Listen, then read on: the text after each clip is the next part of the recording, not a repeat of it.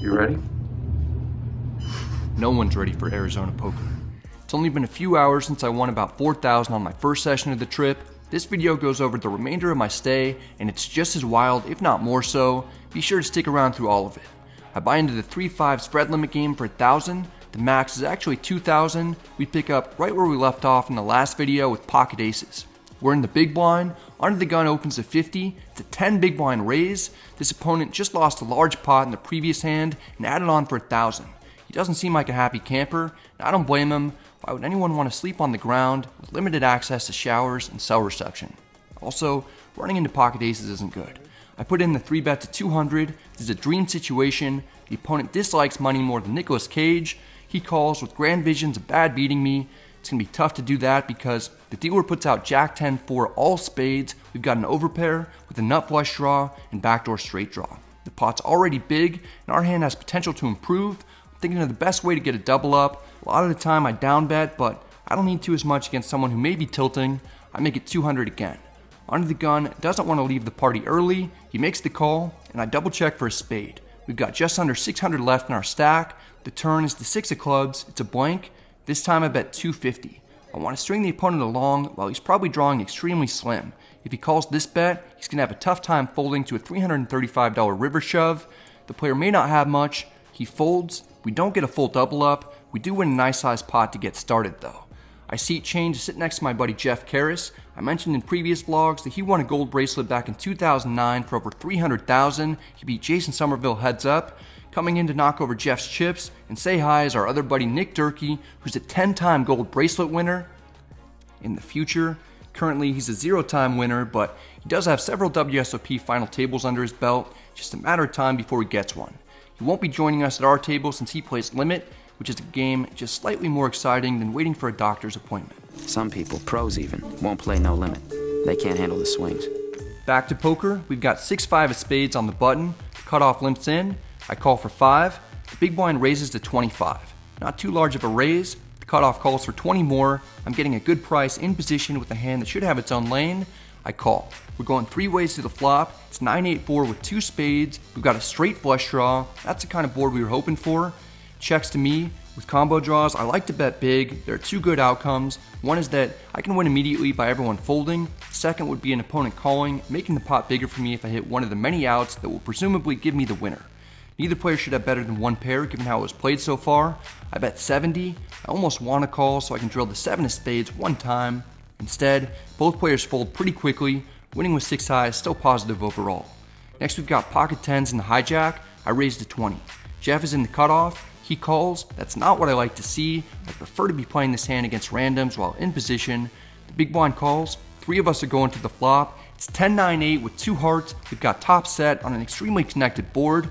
The big blind checks. I'm not going to slow play this. I've got multiple opponents and there are a lot of cards that could downgrade our hand significantly. I bet 40. Jeff isn't letting his hand go. He makes the call. The big blind also calls. I've got all the 10s, so the opponents likely have draws of some sort. The turn is the deuce of diamonds. Somehow we avoided all the hearts, 6s, 7s, jacks, and queens in the deck. The big blind checks. I have to protect my hand. I bet 140. Jeff should know that I'm probably not firing on multiple streets against 2 opponents as a bluff very often. It doesn't seem to worry him. He calls. The big blind is also out to get some Bradley dollars. He calls as well. This has become a large pot. There are tons of scary cards, including diamonds now too. The river is the 8 of clubs. We make a full house. I can breathe again. The big blind checks. The problem is that all the draws are missed, and there's only 110 that isn't accounted for, so it could be tough for me to get paid. I bet 400 to target someone hopefully holding an 8. That's about the only type of hand that I can envision calling a 3rd barrel. Should look like I've got close to the nuts. That's because I do. Jeff folds. It's all on the big blind. Unfortunately, he folds too. Jeff would later tell me that he had pocket jacks. I'm a bit surprised that he didn't 3-bet pre-flop. He had tons of outs, bricked them all, and made a great laydown on the river. I didn't expect him to have an overpair. I did have 10s. Yeah. I'm up almost 770 at the moment. Then we pick up pocket queens in the big blind. The hijack opens to 20. He told me earlier that he watches the YouTube channel. I have to punish him because I know for a fact that he doesn't donate to my Patreon. Mostly because I don't have one. I'm gonna have to get money from him the hard way. I 3-bet to 80. 80 is apparently an acceptable price. The player reaches for a stack, then makes the call. We're heads up, out of position. The flop comes King 7-4 rainbow. I likely have the best hand, but no need to blow this pot up. I check to see what the hijack wants to do. He downbets to 30. This is less than 20% of the pot. It's a tiny sizing that he could do with a variety of ace highs and smaller pocket pairs that haven't made a set. I gladly make the call. The turn is the 10 of diamonds. I check again. The hijack slows down and checks back. I almost for sure have the winner. If the opponent had a pair of kings or better, he wouldn't have bet so small on the flop and also checked the turn. The river is the deuce of hearts. I'm going to bet in order to target hands like jacks, ace 10, 9s, and 8s. I bet 125. My line could look like a bluff. I should get called by a handful of medium strength holdings. The hijack calls. I flip over the queens. I straight up took him to Valuetown with second pair. He sees what I've got and he doesn't look too thrilled. Then he turns over king jack offsuit. Turns out I took myself to Valuetown. Well, that was a dumb hand. Time for Jeff and I to rack up and take a food break. You guys going to the table? We're going to get some cheesesteak sandwiches.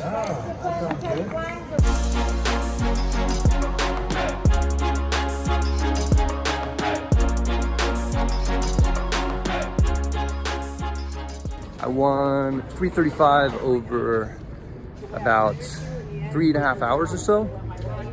Time to get some dinner. Might come back and play a little bit later. Not quite sure yet. After some delicious sandwiches and a nap, I'm back at it.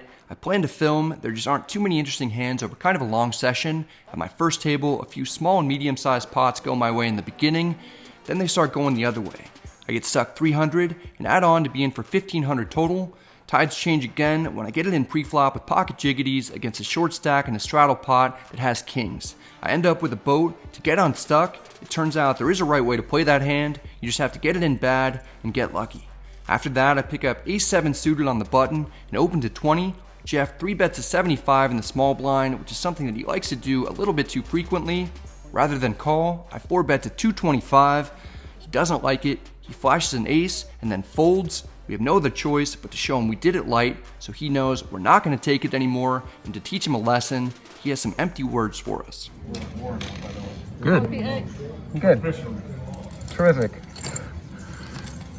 Stop 3-betting me from the small blind. That's what you got. At 4:30 in the morning, we're playing short-handed and get it in pre-flop with pocket fives against a $170 short stack who has ace-deuce suited.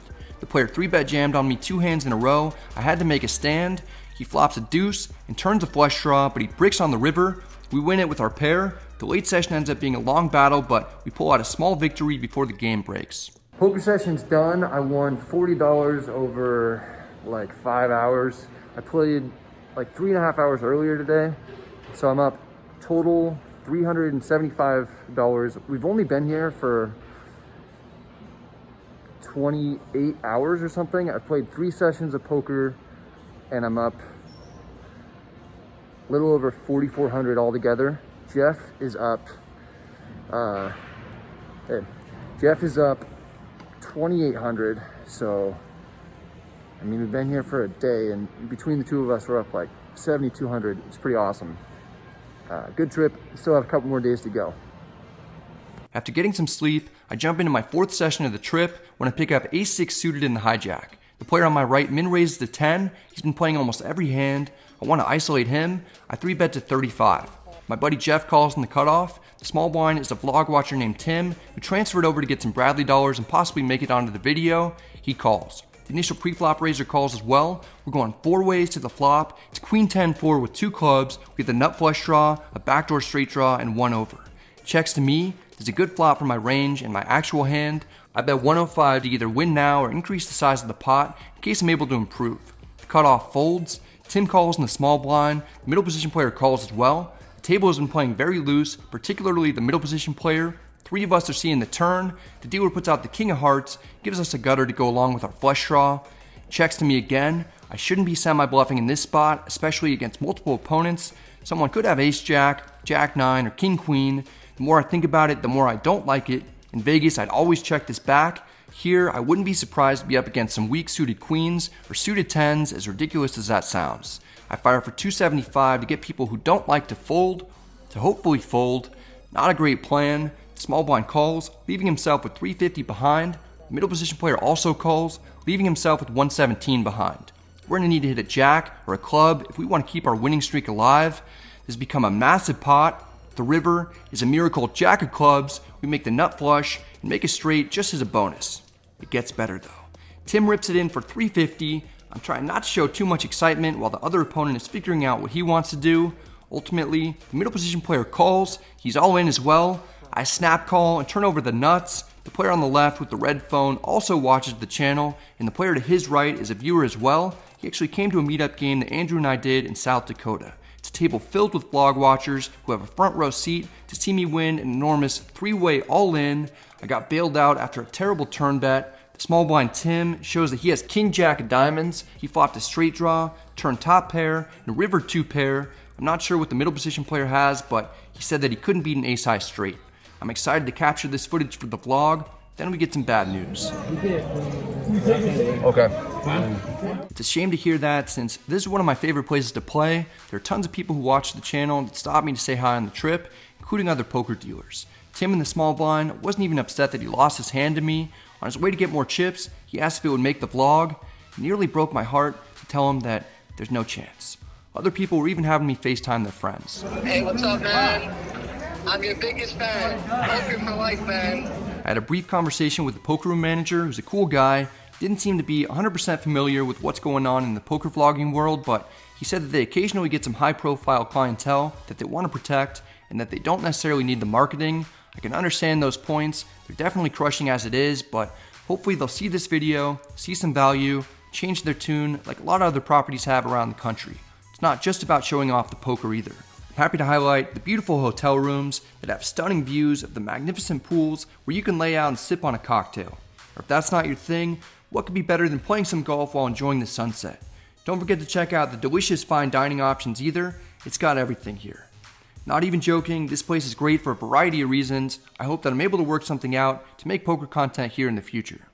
Session was cut short, played for an hour and a half, won that huge hand, got really lucky. I don't know what's going on, but I'm running as good as possible. Won, let's see, 1380. I was in for 1500, and then the guy asked me to not film anymore in the poker room, so had to end the session, end the filming. Trying to get some food, and then maybe go to Topgolf with this limit stud. We make it to Topgolf, which is just down the street. I don't think that Jeff has played a single round of golf in his life, but he somehow did amazing. Believe it or not, I was pretty decent at golf over the summer, then I completely forgot how to swing a golf club. Nick is the best out of all of us, and once he wins his 10th bracelet, he'll likely join the PGA Tour. I didn't film any more poker, but I played 2 more sessions. I lost 240 in one of them, and I won 295 in the last one. Altogether, I played 19 hours and 10 minutes over 6 sessions, and I won almost 6,000 in that time. It was a very fun and memorable trip for me and my friends. That's it for this one, guys. I hope you enjoyed it. If you did, I'd appreciate it if you hit the like button and subscribe if you haven't yet. Show the poker room managers that you support poker vlogs. I think poker vlogs and streams are the #1 thing bringing people into the game and helping it grow. So I think it is important that rooms across the country become more accepting, and that's happened a lot since I started 4.5 years ago. In the beginning, places didn't want us to film at all, and especially like MGM properties, they were one of the most strict because the risks didn't outweigh the benefits of it. But as channels grew, all of a sudden there's a ton of marketing value, and that kind of flipped. Now properties are inviting Andrew and I to do meetup games and film, and they're compensating us for it, and they're paying for our trips, and they're putting us in, you know, nice hotel rooms and all that stuff, which is really, really cool. The next vlog is actually going to be from Aria, and Aria for a long time, you know, wasn't allowing us to film, so I'm really excited to share that with you guys. But occasionally I'll go on a trip with my buddies like I did in this video, and I don't have a connection with the poker room manager, and I actually reached out to Talking Stick years ago and asked them if I could film, and they didn't get back to me. I put out some vlogs, no one ever said anything, so I thought it'd be okay, but as soon as they asked me to stop filming, you know, I stopped. No one asked me to not make a vlog, so I made the vlog with the footage that I had, and I hope they see it and hope that they like it. and maybe we can work something out for me to come back. Let's see, if you are interested in making your own vlog or your own poker content, just make sure that you're respectful of people's privacy and always try to make the casino look good. That's probably the best advice I can give you. That way, you know, you'll be able to stick around for a long time without getting shut down, and the casinos that you're filming at will be more accepting. In these games, they're kind of crazy. A lot of people are playing all kinds of hands pre-flop, and in these kind of crazy games, I have a few tips for you. One is to raise bigger pre-flop and go for value thinner on the river, and don't bluff, especially into multi-way pots. You saw me get mad at myself for semi-bluffing on the turn with that ace-6 of clubs hand at the end. Luckily, I hit a club on the river and made the flush, but in general, not a good idea. All right, guys, hope you're all doing well. Stay safe, good luck at the tables, and I'll see you next time.